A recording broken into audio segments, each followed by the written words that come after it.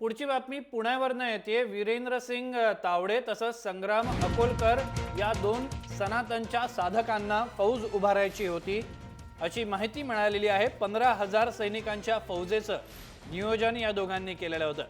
CBI तपास करते। Doctor Narendra Dabholkar यांच्या हत्येप्रकरणी या प्रकरणी तावडे याला अटक करण्यात आलेली आहे आणि याच तपासामध्ये ही धक्कादायक माहिती समोर आल्याची माहिती सूत्रांनी जय महाराष्ट्राला दिलेली आहे। तावडे अकोलकरच्या ईमेलमध्ये या संदर्भातला उल्लेख होता असं सीबीआयच्या सूत्रांकडून सांगण्यात येत आहे। अमोल कविटकर यांच्याकडनं अधिक माहिती घेऊया। अमोल, काय नेमकं संभाषण होतं या दोघांमधलं?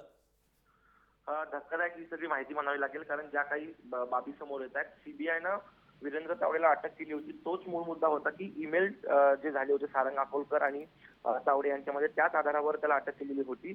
आता सीबीआयच्या सूत्रांकडून जी माहिती मिळते त्या माहितीनुसार हिंदू राष्ट्रासाठी तब्बल 15,000 सैनिकांची फौज उभारण्याचं नियोजन जे आहे ते या दोघांचं होतं आणि तसं संभाषण सुद्धा सीबीआयला सापडलेलं आहे। इतकंच नाही तर जी काही शस्त्र असतात ती स्वतः तयार करायची आणि वापरायची अशा प्रकारचं नियोजन सुद्धा त्यांनी केलेलं होतं। त्यामुळे आता सीबीआय जे आहे ती अत्यंत जबाबदारीने हा सगळा तपास पुढे नेताना आपल्याला पाहायला मिळते।